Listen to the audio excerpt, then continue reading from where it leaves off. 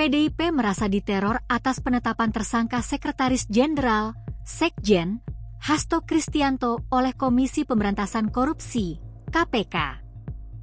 Hal itu diungkapkan oleh Ketua DPP PDIP Roni Talapesi pada Selasa, 24 Desember 2024, seperti dimuat tribunnews.com. Roni Talapesi mengatakan bahwa penetapan tersangka Hasto Kristianto bukan lagi menjadi kabar baru. Sebab sejak Pilpres 2024, isu penetapan tersangka Hasto Kristianto itu sudah beredar dan menguat. Kata Roni, isu penetapan tersangka Hasto Kristianto semakin menguat usai Sekjen PDIP itu bersikap kritis akan keputusan Mahkamah Konstitusi, MK, terkait Pilpres 2024. Maka Roni menilai, penetapan tersangka Hasto Kristianto adalah politisasi hukum. Dia juga menyebut penetapan tersangka ini sebagai teror hukum terhadap PDIP dari tangan-tangan kekuasaan. Terlebih hingga saat ini belum ada temuan baru dari kasus Harun Masiku yang mengawali penetapan tersangka Hasto Kristianto. Kedua, kalau kita cermati lagi, pemanggilan Sekjen DPP PDI Perjuangan ini dimulai ketika beliau bersuara kritis terkait kontroversi di Mahkamah Konstitusi tahun 2023 akhir. Kemudian sempat terhenti, lalu muncul lagi saat selesai pemilu, hilang lagi. Kami menduga memang kasus ini lebih terlihat seperti teror terhadap Sekjen DPP PDI Perjuangan. Dan keseluruhan proses ini sangat kental aroma politisasi hukum dan kriminalisasi.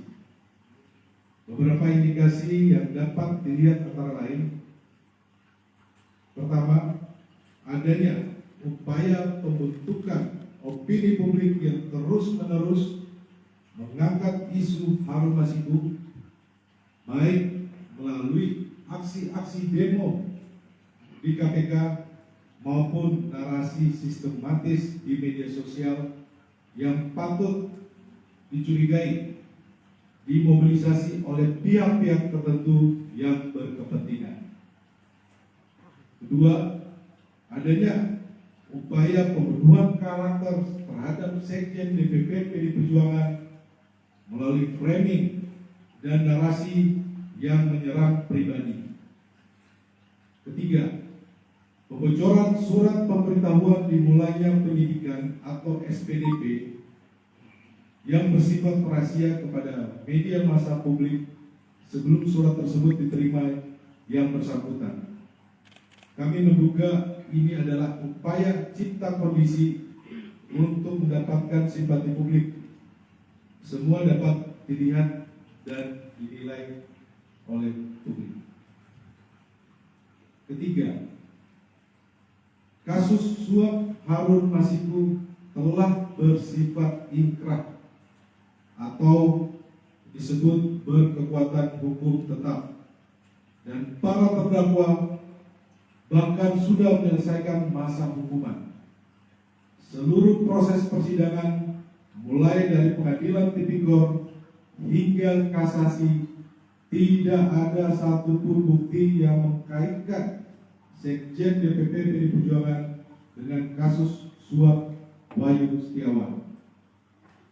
Keempat, kami menduga adanya upaya pemindanaan yang dipaksakan, kriminalisasi, mengingat KPK tidak menyebutkan adanya bukti-bukti baru dari pemeriksaan lanjutan yang dilakukan sepanjang 2024. 5.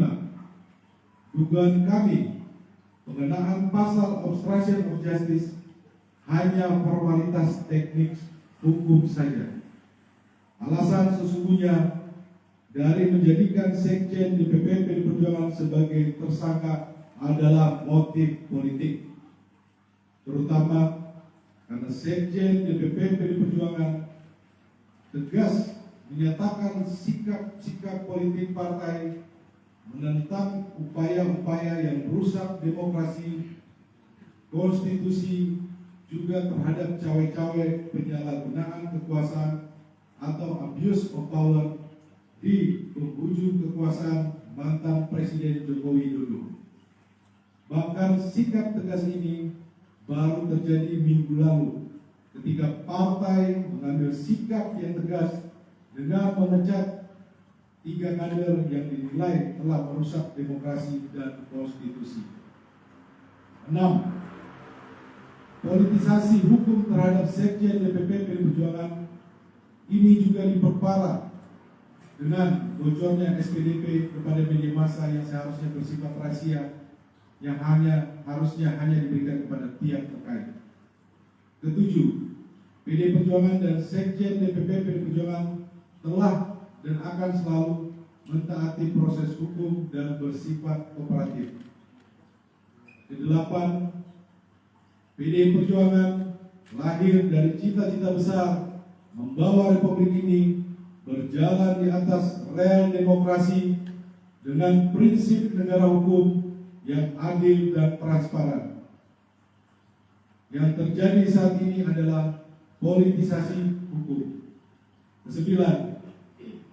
Penetapan Sekjen DPP PDI Perjuangan ini mengkonfirmasi keterangan Ketua Umum PDI Perjuangan Ibu Megawati Soekarno Putri pada tanggal 12 Desember 2024 bahwa PDI Perjuangan akan diaut-aut atau diacak-acak menjelang Kongres ke-6 PDI Perjuangan.